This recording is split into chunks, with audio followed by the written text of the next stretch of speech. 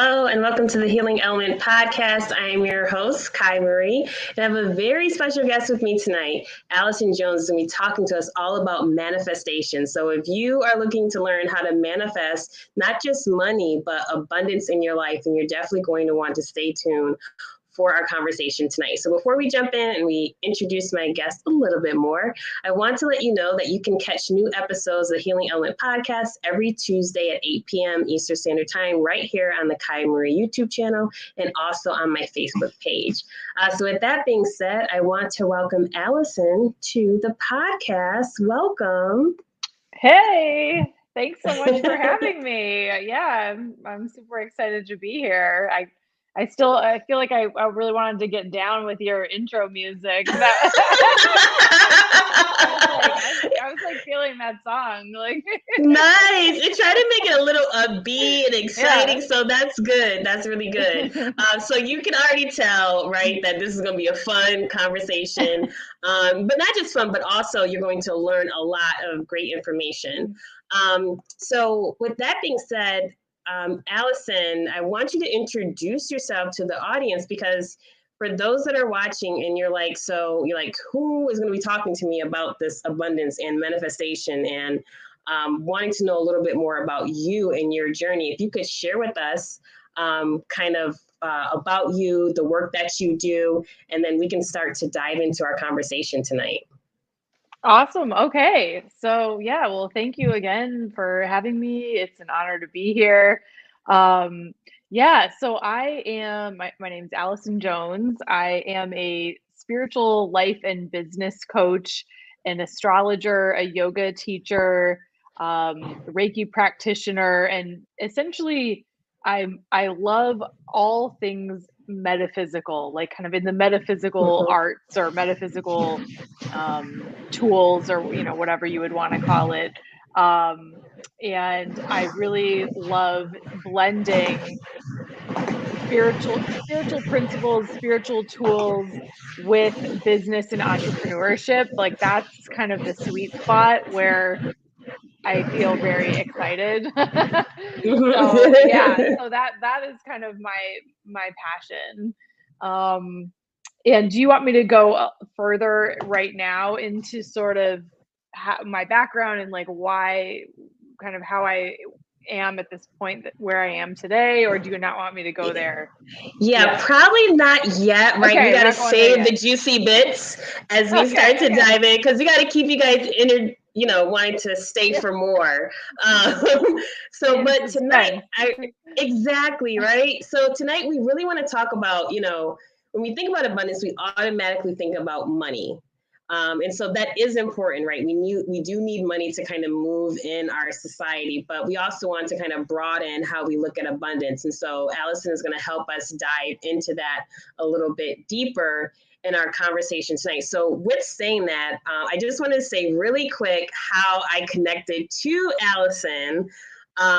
This was, I think, back in 2018 when I did. I think it was September 2018, I think. Right? Where you did the yoga astrology inspired course. Yep. In Massachusetts. And I don't even remember how I came across this. Like, I don't even know how, I don't even remember. But all I know is I saw that there was this workshop taking place where it connected yoga and astrology. And I was like, that sounds like my thing. Right. Yeah. And I went there, and it was such an awesome experience to learn about our connection, like how our body responds to what's going on within the universe above, and how that can impact us emotionally and also physically. And then how there's different type of yoga movements that can kind of help you during certain periods, certain signs that we're in. I just found that all so fascinating. I was like, what? Like, this should be no matter what type of yoga you're learning, this should be a part of it. Cause I just thought it was so, it made sense to me. I totally understood like that connection. And I think so many times in our world now that we think that there's such a difference between kind of like the universe out there. And we think that it's separate and apart from us. And So true. your workshop brought it all together. So since then, I was like, so I met this wonderful person named Allison, and she doesn't know, but she's always going to be in my world. Well, we have the same zodiac sign too, don't we? We do. We Yeah, do. so we've We're got that both connection Cancerian. going. Yep. Yes, Cancers. Woo! Yes. So this is a real treat tonight to have you on. So I just had to say that connection because I think that's so important as we start to dive into our conversation tonight about manifestation and abundance. And so with that being said, starting off, Allison, when we think about abundance, and as I said, it's more than just money, right?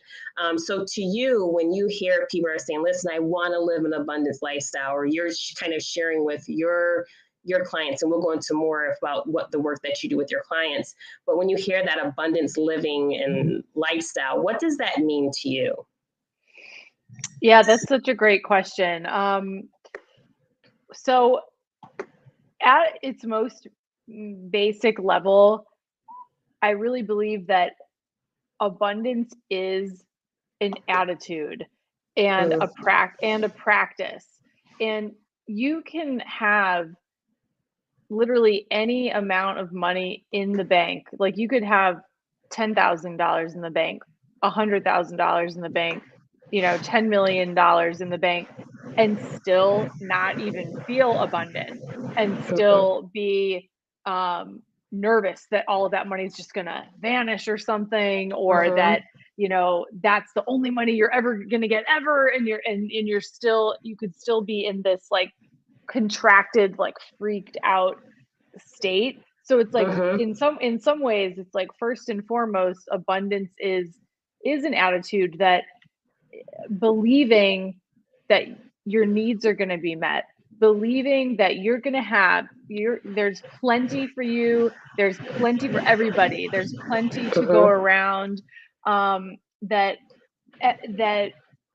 energy and money, you could say, is energy, or a form of energy, or an energetic exchange.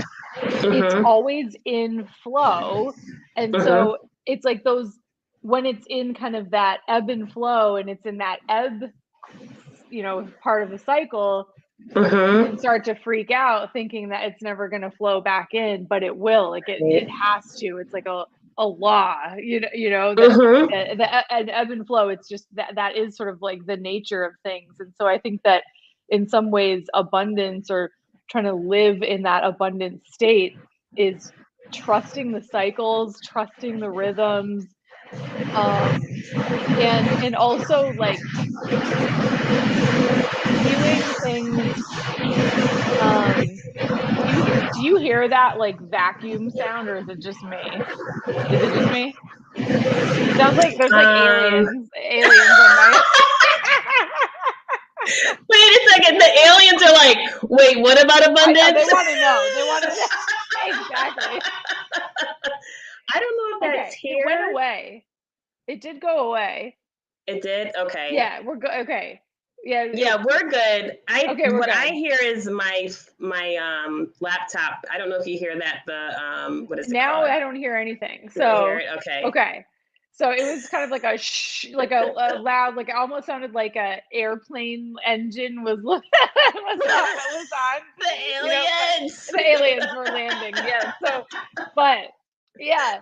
So again, it's like, I think it can be very easy to get into this kind of pattern or belief system that if somebody else is successful, it's like you might start to think, oh my God, there's going to be less available for me now because that person has got more, or that person is successful, and really that isn't true. Like somebody else's success doesn't mean that there's less available to you. So I think that that's also part of this sort of abundance outlook, that that really, in a lot of ways, the pie, if you will, is infinite. So yeah, that's kind of initially what I would say.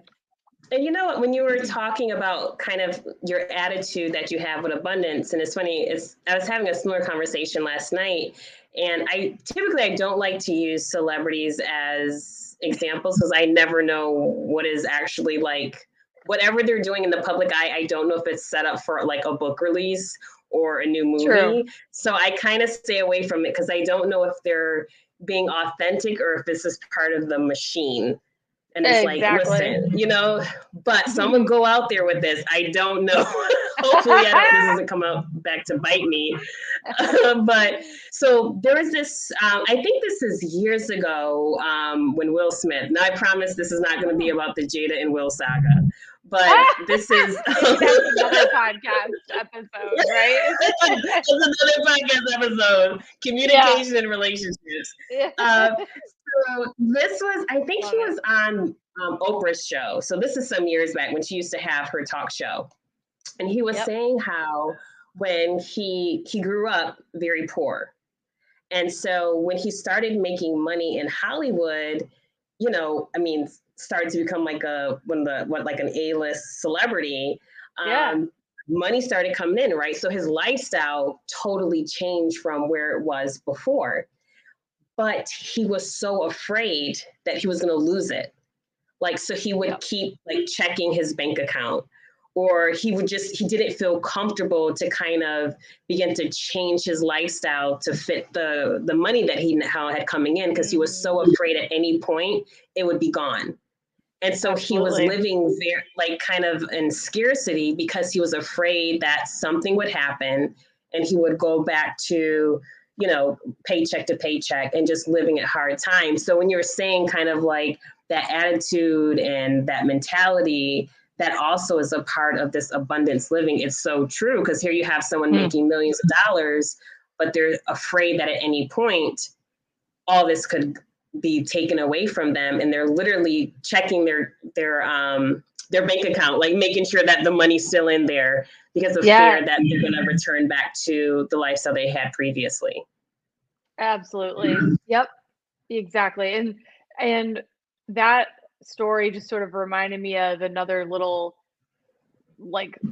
principle that you probably, thought about or heard, how you can be postponing your happiness.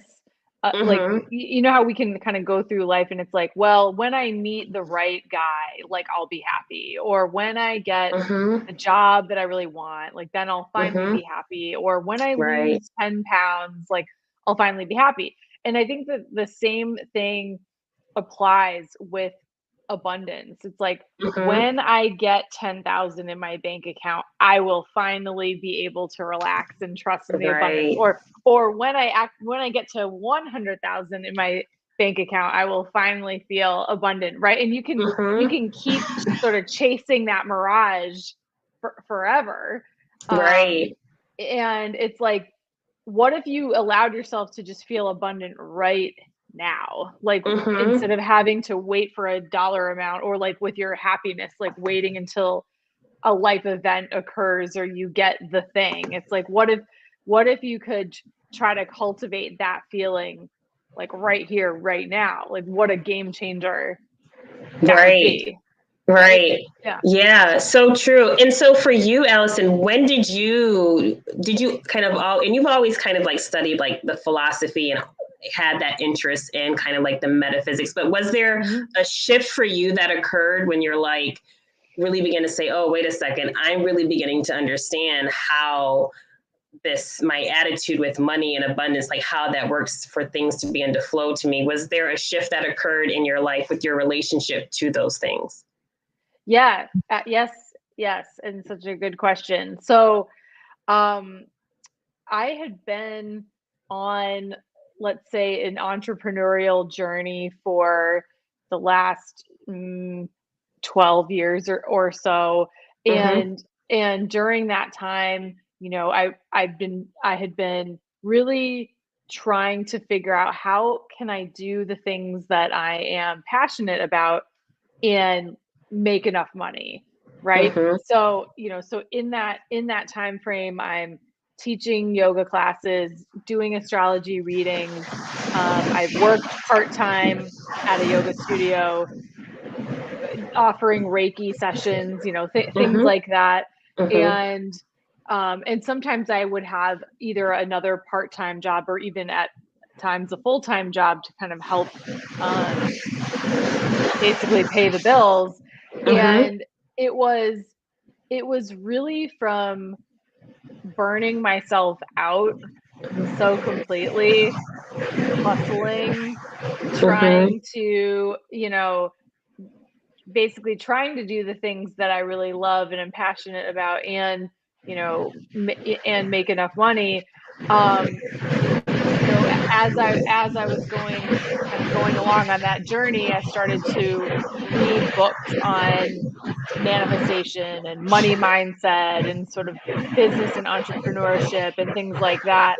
And one little principle that the aliens are back, by the way. I can hear that.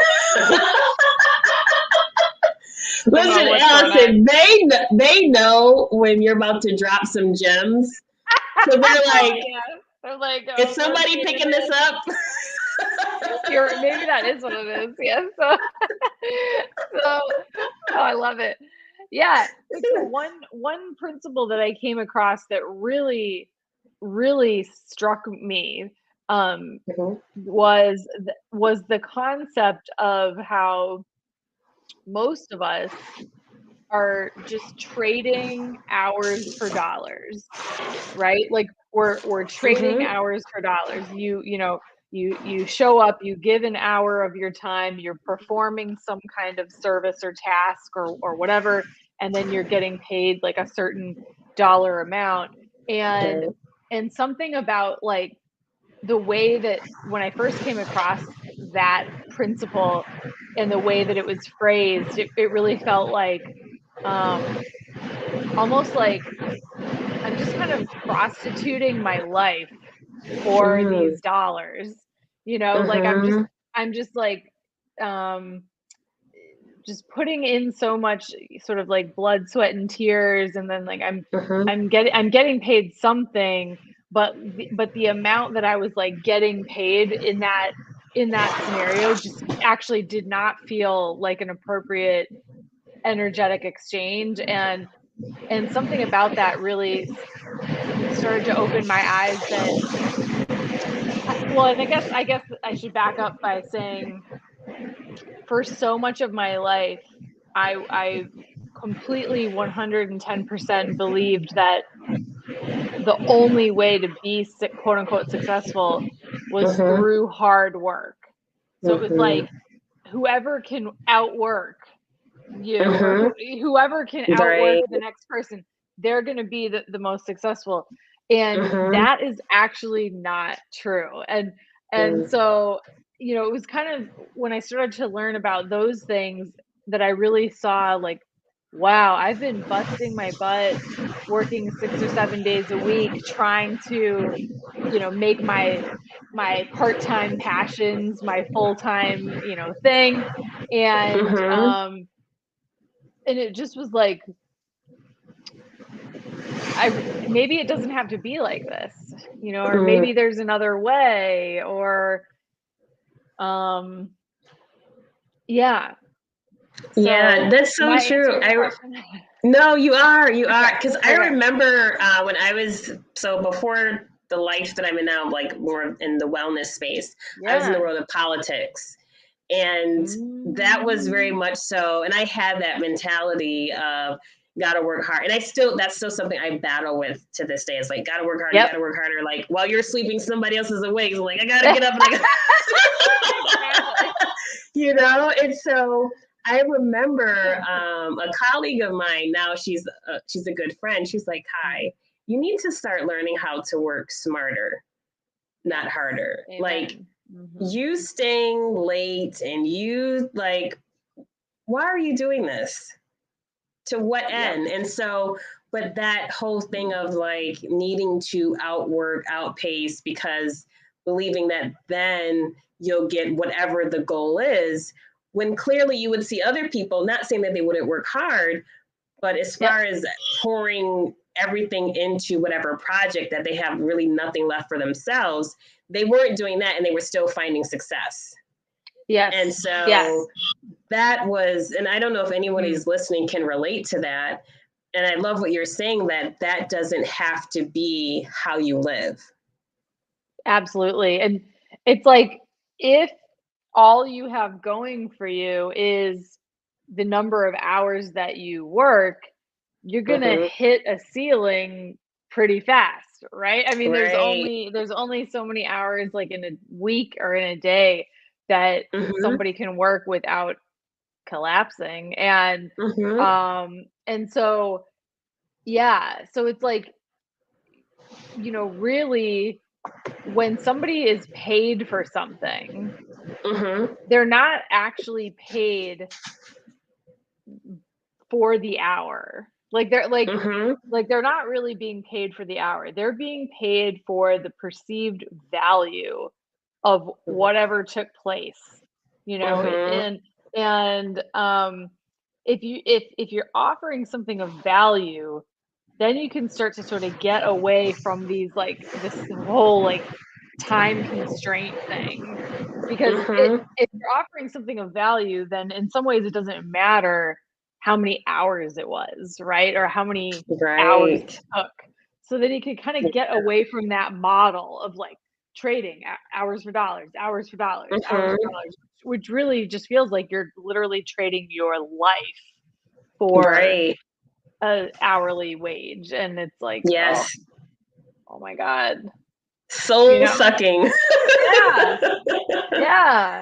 Like, oh, right. Yeah, I like what you said about the value, and especially being in that entrepreneurial space. I think, and I don't want to kind of go off too much, but if you are a new entrepreneur, and sometimes it can be challenging kind of putting a price on your value, because it's like, I don't think anybody would want to pay for this. I don't know if anybody thinks that I'm worth whatever value I put on this. But it's like, you have to begin to know your own worth, and the value that you've poured into whatever project that you have created. Yep. Totally. And yes. Yeah, exactly. I mean, I think, and this is something that was very helpful and eye-opening to me too. And kind of to your point, that if you are feeling like resentful about, if you have a gig or you have a job and you are feeling like resentful about it or dreading it or something like that, that is very helpful information. Like that is good information. And it might mean, it could mean a few different things. It could mean that, of course, it's just not the right fit for you, and you don't like it. But it could also be, it could also literally be about the money, and that maybe you're just not getting paid enough, so that the energetic exchange doesn't feel fair. Like it feels like you're again giving too much of you're like really sacrificing yourself, and you're kind of getting like some crumbs thrown at you, but it still feels like, oh. So I think that's like a good barometer to kind of check in with yourself. Like, are you if you're doing the kind of work that you supposedly love, but you still feel resentful, like showing up for certain aspects of it or certain clients or whatever, it could be that you're not getting paid enough. Not always, but it could be. Yeah, something to consider when you're kind of going through the reflection process of like, why am I feeling this way? I feel like I'm not really showing up how I want to. Kind of put all the cards out on the table and say, okay, where do I pick up that, is it a money thing? Do I feel like I'm putting out a lot more, and then but my return is not nearly as much as what I'm putting out? Because that's definitely going to impact how you're going to be showing up. Absolutely. Even in the space of like wellness and holistic and everything else, that you still can have those type of feelings. Exactly. I mean, even with certain things like, let's say like a private yoga lesson, there definitely Mm-hmm. have been times in my life where um I was I was commuting, to the person's home. That took a long time. There was always traffic and Mm-hmm. whatever. I lived in the Boston area at that point. And then there was Mm-hmm. the actual like time, the hour plus like actually doing the private lesson with the person, and then the time Mm-hmm. commuting back after that. And it honestly, you know how they say that there's that definition of insanity, like you're doing the same thing Yes. over and over and expecting different results. I was insane on Right. that for like 3 years. For literally for like 3 years, I would dread it. I was like, oh, Mm-hmm. and it was early in the morning, and I'm not good at Oh that. my I don't. gosh. It's not my preference, Yeah. but I did it Same for here. years. Yes, maybe it's a Yeah. cancer thing, but I think I it might be. yeah.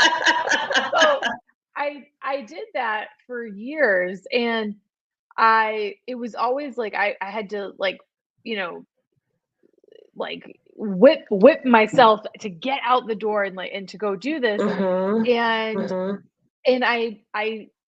for a long time it never really occurred to me that maybe I just wasn't getting paid enough to sort of have this Mm-hmm. be worthwhile.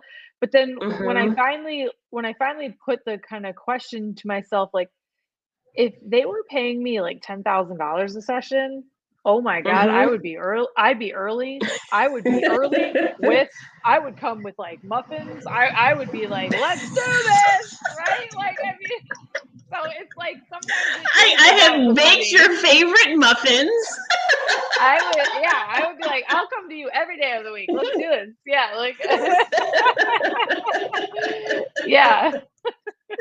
So, That's so true. Yeah, definitely finding your value. So those that are watching, especially live, and of course in the replay, but if you're watching live, drop below if you can relate to that feeling of I'm kind of giving out more than I'm receiving. And to be honest, we're talking about financially, but this could be as far as a relationship, that if you're ooh, giving true. more than you're receiving, right? So when we think of abundance, again, as we're kind of talking about it on the podcast, on this episode, it's not just about money, Yeah. but even in your relationships to look at like, okay, am I just constantly pouring into someone else's cup or other people around me while I'm kind Mm. of like on E and nobody's really Yeah. replenishing on me, you know? It's like I'm on fumes and everyone's like, can you give me a little bit more? Exactly. So it's Yes. important. So when we have this conversation, for those that are watching, you can look at it not just at money, but also your relationships in different areas of your life. Mm. So that being So said, good. Allison, when we look at, so people that are watching, they're like, okay, so I'm liking this talk of abundance. I'm liking this talk about, especially the money part, right? Because I'm sure now with everything that's going on with the pandemic, I'm gonna be careful with the words I use. I don't want to get my channel dinged. Ah, But with everything that's I know. going on and how it has hit, right? It's like I Yeah. gotta be careful. I don't want to say anything that's gonna cause a problem. Um, so people probably money is like a big thing of like, how do I begin to maybe change my relationship with money, with abundance? Can you provide a Mm. couple steps? And I don't know, I'm hesitant to say steps because I know we always think of things cyclically. So it's kind of like step one, step two. I don't know if it's really considered steps or principles or ways that people can begin to change to their relationship to abundance or into Mm-hmm. money. Yeah. Yeah, absolutely. So I think even just starting to contemplate that is so huge, because it's really easy to just go with whatever you've been kind of taught about money, and just sort of accept that as the truth, the end all be all, and Mm-hmm. never question it. So even just kind of Mm-hmm. starting to shine the light of like consciousness and inquiry about abundance and about money is a great first step. And so then a couple of things beyond that that I would say are, um, first, writing out your money story. And so what does that mean? You know, writing out your money story is putting down like on a piece of paper in a journal or whatever, you know, whatever the kids, I feel like the kids are probably using some digital version of that these days, right? Right. But you know, whatever, a journal or whatever. Um Mm-hmm. and literally just putting in that money story any beliefs, associations, connotations that you've picked up around money over the years. Like when you hear the word money, what other words come to your mind? What did your parents say about money? What did your friends say about money growing up? What was the town like, you know, where you grew up? What were there any kind of common beliefs about money? Um, and that exercise can be really, really eye-opening because I Mm-hmm. know for me, the first time I did that exercise, um, I saw really clearly that like, wow, the immediate words that came to my mind when I would think about money were like greed, bad, wrong, you know, ooh, money doesn't grow on trees, like money is the root of all evil. Like that, like Mm-hmm. somehow I had that like encoded in me. I don't, you know, from a very early age. And I I made the, I don't know if I want to call it a mistake, but I made the mistake of accepting a friend request from my dad not that long ago Uh-huh. on Facebook. And at some point I posted about this concept of the money story and some of these beliefs that I had, and he was like, "Well, Mm-hmm. you didn't learn that from me," and I'm like, "Well, I might, I actually might have, but anyway." So, sorry, side note on that. But that's to But relearn a lot of that. I'm glad because yeah, that's, you know, and even, we learn a lot of that from our parents, and then they learned it from there. So it's kind of like that generational cycle thing of like what's been passed down because exactly. that's what's known. Yes, yes. Mm-hmm. Exactly. And it's like, um, you know, I read something really fascinating the other day, and I hope I don't know if I'll be able to recall it exactly, but it basically said that, um well, there are the four types of brain waves, right? Like there's the beta waves are when we're in our kind of like active, like awake state. Alpha waves Mm-hmm. are when we're a little bit more relaxed, like maybe we're doing a meditation or something. I think theta Mm-hmm. comes next. Theta is like when you're kind of like in a trance, hypnosis, maybe you're in like a light sleep, and then I think the delta wave where you're really in a deep sleep. And Mm-hmm. um and from age 0 to, like, a year and a half, they're always in, like, I think they're always in, like, delta waves, which is kind of crazy to think Wow. about, Yeah. and then from, like, a Yeah. year and a half to whatever, they're in theta, and then I think it goes Mm-hmm. up to age 7, they're in alpha, so it's like the first Mm-hmm. 7 years of our lives, we're kind of in these brain states that are perfectly, like, malleable, like, they Mm-hmm. just really get dropped into the subconscious, like, so easily from Yes. 0 to 7, right? So Yep. most Yep. so mo yeah, so and I'm not, like, a neuroscientist, so I hope I didn't completely botch that, but I think I think we got it correctly. Yeah, Um, you got it. Yeah. yeah, I'm a and neuro. so I'm just okay, kidding. you know, okay, oh, okay, good, alright, you can back Only on this podcast. okay. Awesome. Yeah, so well, so most of the beliefs that we have that each person has around money, you probably picked up between age like 0 to 7 for the most part. But so anyway, Right. that was kind of a side note. So you write your money story, kind of get it all down on paper and see like what am I really telling myself about money? Like, what do I really think, or what do I really feel about money? A great step to take after that is, well, then what would be your money ideal? How do you want to think about money? How do you want to relate to it? How do you want to feel? What are the words and associations you want to have with the word money? Like, do you want money to be connected with like greed? And do you want money to be connected with like, I don't know, cis white male or something that maybe you can't relate to, right? Right?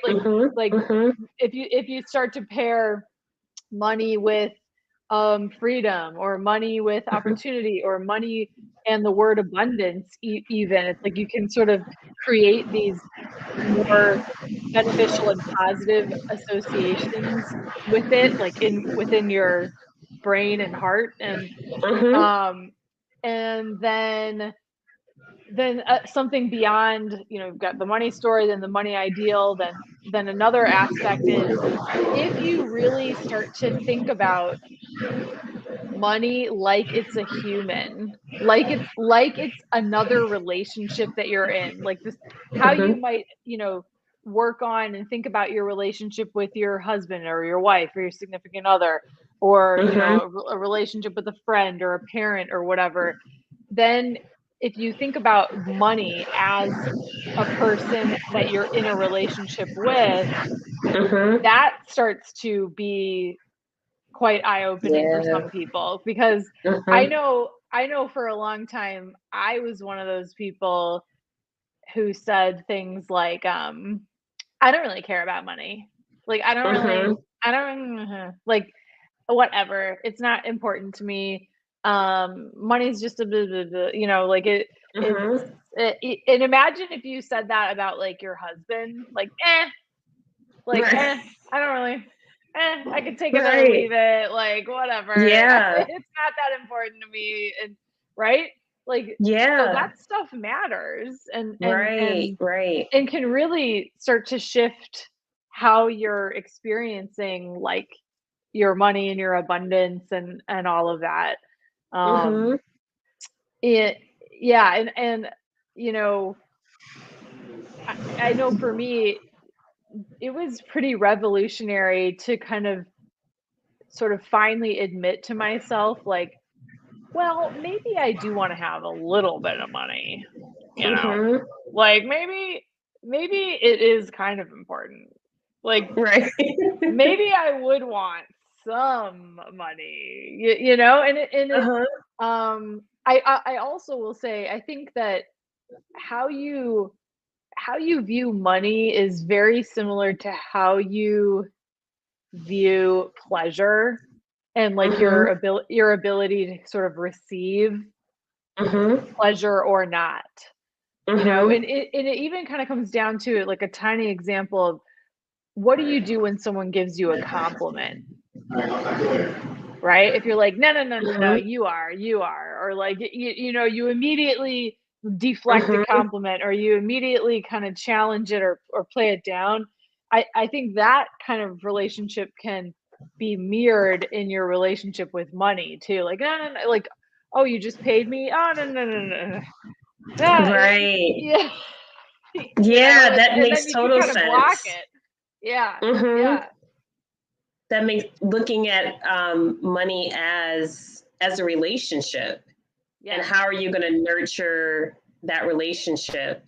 Because just when you were talking, it made me think of how, like, my thoughts of money was, again, work hard. Like, in order Mm, to yes. make whatever type of money, it requires hard work, Hard work. sacrifice. And there's this, I used to watch, I don't watch his stuff too much anymore, but his name is Eric Thomas. He's like a motivational speaker. He does a lot of great videos.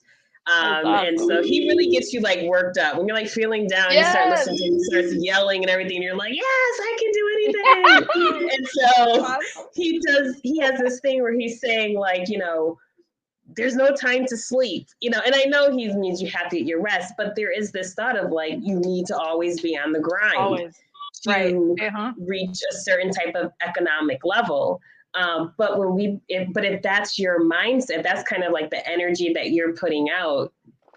for money, yes, then that's going to be how it's going to be received. That's what I feel like you're kind of saying, because it's like, oh, so if you're kind of putting that energy out there, that it's like, you know, burning the midnight oil, just working yourself nearly to death. If that's your relationship with it, then that's what you're going to have to do to kind of receive it. But if it's like, no, money flows to me, and you have that type of attitude and that type of mentality, then you're going to have a whole another type of attraction to the money in abundance coming towards you. That's kind of what I'm getting from what you're saying. Yeah. Yes, for sure. Yes. And something that I teach is that, again, when it comes to like relating to money, I think that there's a few different sort of energetic channels that you could be in. And one of those energetic channels, I sort of put under the umbrella term of doing. So doing, meaning I have to like put in some effort. I have to put something in to get money out. Like it requires a direct action on my part. And I think a lot of people, that's like the one channel that they're really focused on, and that's where this whole like hustling and just keep working harder and sleeping less and less, that's how we get wrapped up in that, because it's like we think that the only way to get the money is that you have to do the thing. But that's just one channel. Another channel, I put just sort of under the umbrella term of being. So what does that mean? Like what it means is money could flow to you without your direct effort or without your direct input. And so some things, some examples of that could be like a tax refund, a gift from somebody, a loan of some kind, a bonus, what else? Just sort of like a surprise refund, a rebate.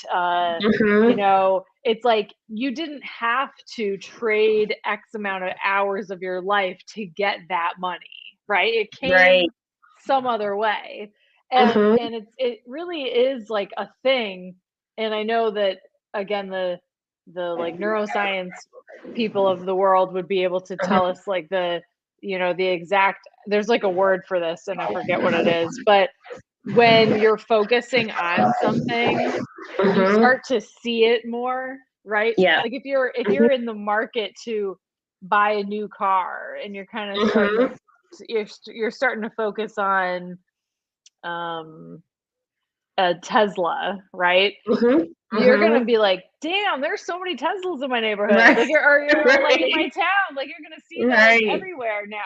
So it's kind of the same thing with this notion of being or receiving around money. It's like when you start to think of all the ways that maybe money did come to you at some point in your life without your direct like input and effort, then it's kind of like, oh, wait a minute. So there is more than one way for money to flow. And so again, we've got the doing, then we've got the being, and then there's a third energetic channel that I call like having. And the having can be a tricky one for people too. When the money comes in, now what? Now what are you going to do? Now how are you going to feel?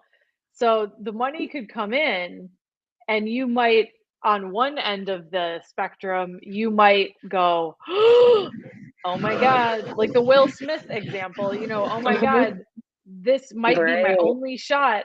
This might be the only money I'm ever going to get. So I'm going to cling, and I'm going to kind of hoard it.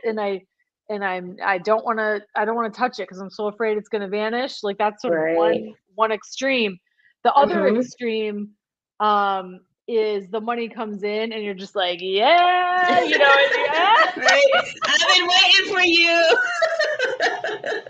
And then you spend it real fast, and then all of a sudden you're back at that, like, you know, you're back at zero or back, you know, back at a low level, and it's like both of those sort of extremes are not optimal, right? Like they're not you know, completely, like, let's say healthy or whatever. So money does like to flow. It likes to be kind of in this movement, in this cycle, and it's like, it doesn't mean that when money comes in you have to spend it right away because, like, oh, money's got to be in flow, but that you're sort of in like this middle ground with it, that you're comfortable letting the money come in and land with you for a while, but then you're also willing to sort of put money into like intentional areas. Like, okay, I'm going to be intentional. I'm going to spend some money here, and I'm going to, you know, I'm going to spend some money there. And that when you are sort of making those intentional purchases, you're not like, like, you know, you're not freaking out because, oh my God, I'm spending it. And again, like, this might be the only money I'm ever going to have. And so doing, being, and having as it relates to money, I think is sort of a helpful, you know, benchmark to consider. Yeah, that was so good. I love how you broke that down, the doing, being, and having. So important. And when you were talking, made me think of when you opened up our conversation tonight, when you were saying, how would you feel if you already have it? Like, how would you use it? And that makes me think of like visualizing it, that you already have it, how you would spend it. And because if you're kind of already have that mindset, perhaps when it is starting to flow, there won't be this, maybe there'll be less of the scarcity and the, oh my God, what if I have to hold on to it so tight because, you know, I may lose it. Or just kind of throwing it out and saying, hey, you know, and not really being responsible with it. Because if you start to already kind of get that mentality and that attitude that you said of what changing my relationship with money, with abundance, what does money mean to me, redefining it, when you receive it, then you're definitely going to have a different type of attitude about it. So I want to get your thoughts on that. Before we do that, I just want to mention Valencia. She has said, she made a comment, said, this is when we were talking about relationships. And so she says, absolutely, I can relate emotionally, giving without boundaries until I was depleted and sick. But a new day has come in my universe. I love it. Woo! Right? Awesome. So again, that's kind of looking beyond just looking at money or abundance as, looking at abundance as just as money, but expanding it from there and what you're investing your time and your energy into. But going back to the previous point of that mindset, when you were talking about those three different kind of principles, it made me think how important it is to begin to have that mindset when you're looking to start to change that flow. Yeah. Exactly. I love that you sort of wove, I don't know, am I grammatically correct there? Wove? Yeah. Wove is right. Wove, yeah. So here we go. Yeah. That you wove that back in. And yeah, and that's why I love questions like, okay, what would a day in the life of rich Kai look like? Or what would a day in the life of rich Allison look like? Or whoever's listening, what would, if you really imagined like what might change, or what what would your morning routine look like as your richest self? Who are your friends as your richest self? What kind of relationships are you in? What is your self-care like as your richest self? And it literally could include things, simple things like, oh, my richest self would take a break every day and take a nice long walk around my neighborhood. Or my richest self would never work on the weekend. Cool. Or my richest self would get that puppy that I've always wanted. Or my richest self would really take my time in the morning and like enjoy that cup of coffee, have a slow start to my day, let's say. So once you sort of write out what a day in the life of your richest self looks like, you might actually see that you're already some people are going to be like, oh my god, I'm already living this now. Or that there's just a few small shifts or a few little extra things that could either be added in or taken away, and then you could already be living that version of yourself, even though your bank account maybe hasn't caught up yet. Right. And it's like, yeah, and kind of pulling it all around full circle, it's like when I really asked myself, what is it? Why do I want to make more money?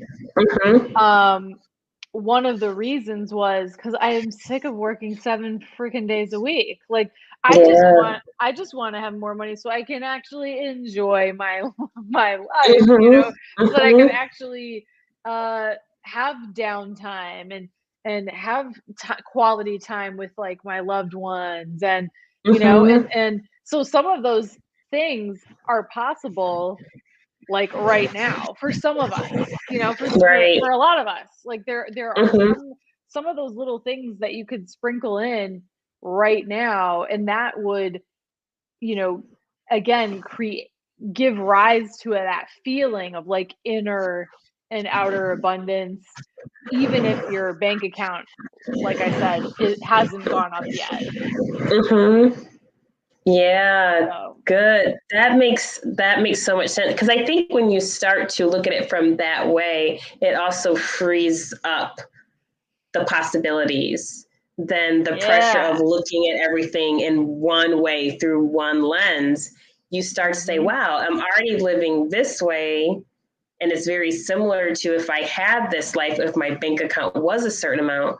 Okay, so where do I go from here? Like it's that hopeful, things are possible feeling, than just kind of like I'm stuck in a rut and everything is horrible. It's hard to then, once you're able to have that shift and say, okay, what am I doing right now that I would be doing if I had X amount of dollars? And maybe it's not everything, but if there's some things on there, there's some possibilities there. So I love how you said that. Yes. Awesome. Yes. And so I know we're going, oh my gosh, time is moving fast. So before we end our conversation tonight, if people want to learn more about you and your services, because you also do you have a one-on-one coaching service as well, called Rich B. I don't want my I know, I was like, can we my say channel that? to just say the B word. The Rich B, exactly. So can you tell us a little bit about your one-on-one coaching, the services that you offer, but that one in particular, of how you are helping folks with really bringing abundance into their life? Absolutely. And, I'll start by saying that the reason why I even called it that, Rich B,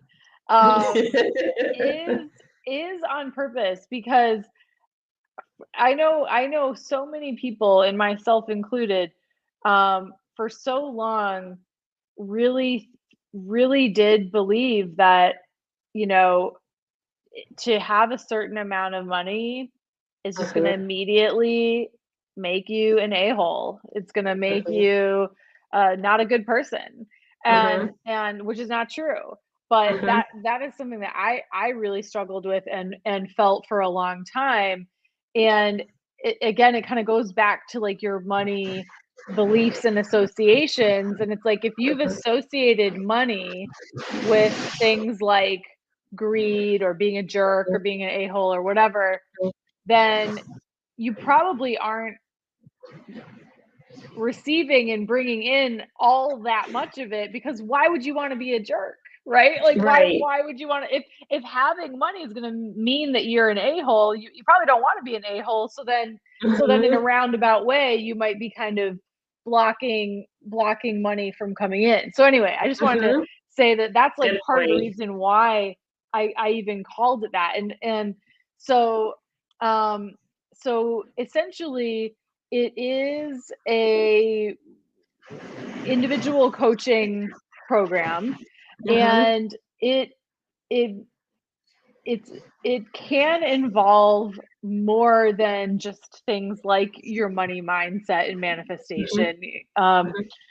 It certainly addresses things like confidence and figuring out what you really want to do. And maybe you're already doing what you really want to do, but sort of fine tuning and tweaking, like going back to some of the things that we said earlier in this conversation, like, do you feel like it's an appropriate energetic exchange for, whatever you're charging for your products or services, and how is all of that going?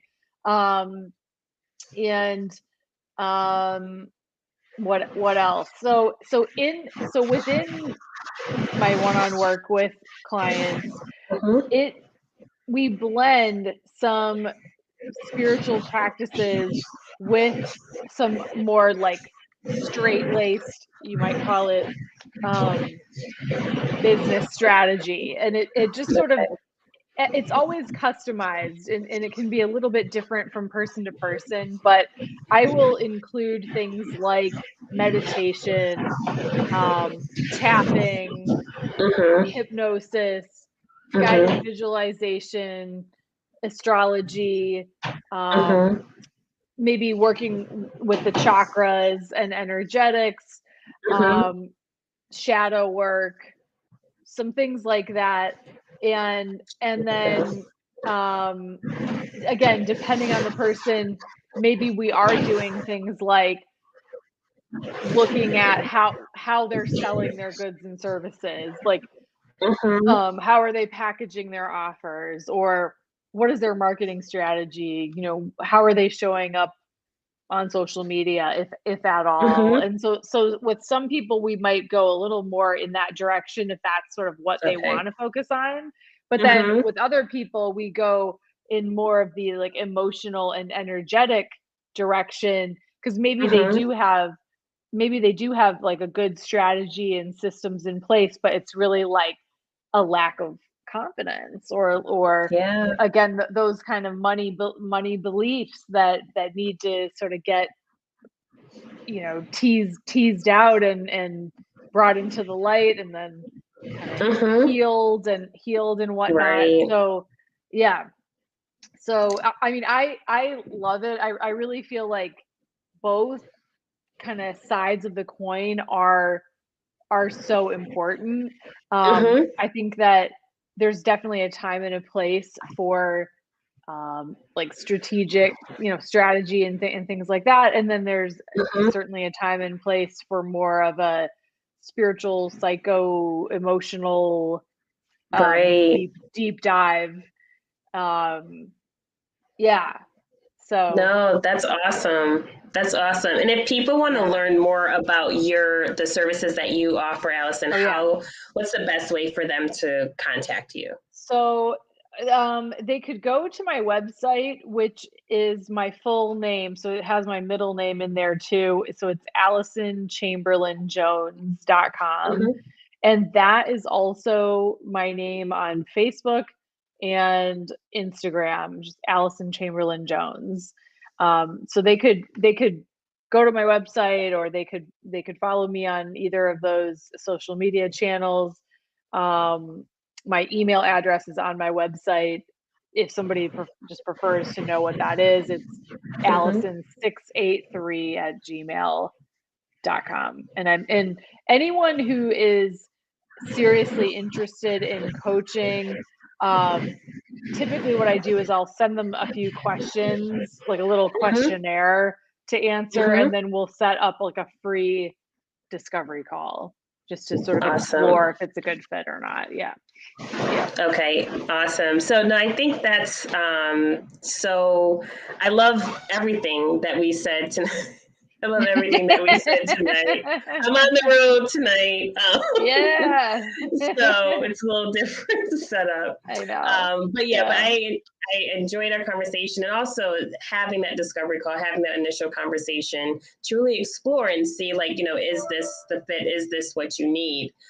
So I think that's awesome. I love the work that you are doing. Like I said, I follow you on social media, and I appreciate the content that you are providing.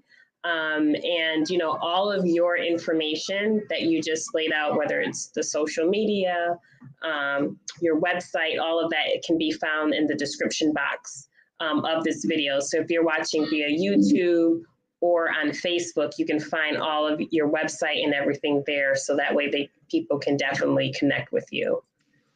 Awesome. Cool. Thank you. Yeah. Thank you. So great. So we are wrapping up our conversation tonight. So with that being said, is there a message that you would like to leave with the audience tonight?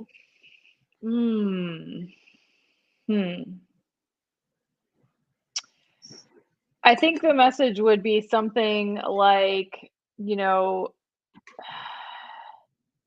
really are worthy of it being that good. That it gets to be good. It gets to be easy, or maybe easier than you thought, or better than you thought.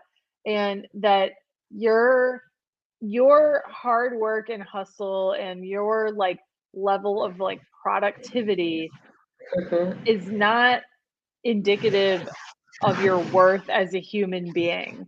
And that's something that I had confused for a very long time. I really felt like the only thing that made me worthy as a human being was my ability to just like work myself to the bone.